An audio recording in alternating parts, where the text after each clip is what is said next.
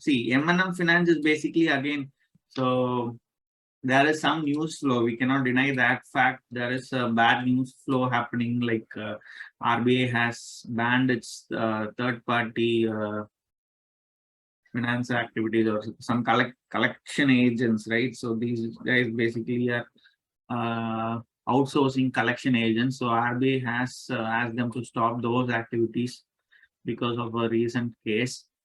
So that is why you saw a big correction. So it fell around 20% in just 2-3 days time.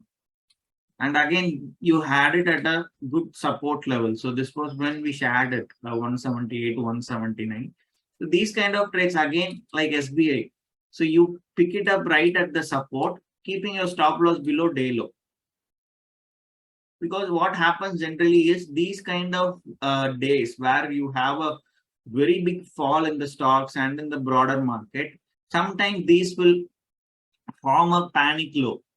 There will be so much panic in the market that uh, today the market might also choose to bottom out.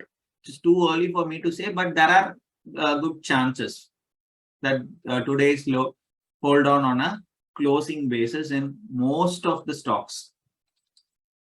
So when you get them at these kind of cheap prices, see, M&M Finance had already given us more than 25%. We took an entry here in M&M Finance and it gave a second entry also at the retest. Now it's a third entry. Okay, so just got to trust this pattern, keeping your stop loss below and try if these kind of trades give you a good return. So it all depends on what is the risk, what is the reward that you are playing for.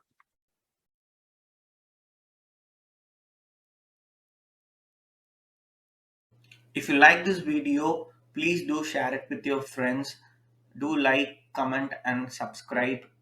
I'll come up with a new video very soon. Until then, stay tuned. This is Abhishek signing off. Bye. Take care.